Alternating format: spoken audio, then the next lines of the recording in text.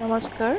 কোনো ছাত্ৰ-ছাত্ৰীয়ে যদি 5 বছৰৰ আগতে আধাৰ বনায় তেতিয়াহ'লে তেওঁ 5 বছৰ আৰু 15 বছৰৰ ভিতৰত এবাৰ আৰু এবাৰ 15 বছৰৰ পিছত বায়'মেট্ৰিকটোত আপডেট কৰিব লাগে।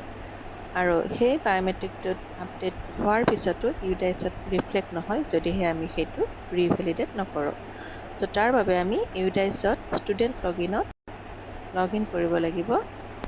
ইয়াৰ পিছত স্কুলৰ পেজটো খোল খাব ইউডাইচৰ আৰু ইয়াতে লেফ্ট চাইডে লিষ্ট অফ অল ষ্টুডেণ্টৰ তলত থকা এক্টিভ ষ্টুডেণ্টত আমি যাব লাগিব। তেতিয়া গোটেই ষ্টুডেণ্টৰ লিষ্টখিনি খোলা যাব। আৰু যিকেইটা ষ্টুডেণ্টৰ ৰাইট চাইডে আমি MBO পেণ্ডিং দেখা পাম তাৰ তলত ৰিভেলিডেট অপশ্যনটো ক্লিক কৰিব। কনফাৰ্ম আই এগ্ৰি মাৰিব আৰু যদি ষ্টুডেণ্টৰ MBO আপডেট হোৱা নাই তেতিয়াহ'লে একে থাকিব ষ্টেটাছটো।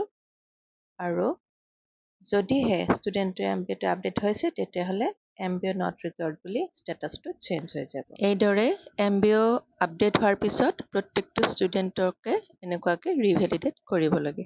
ধন্যবাদ।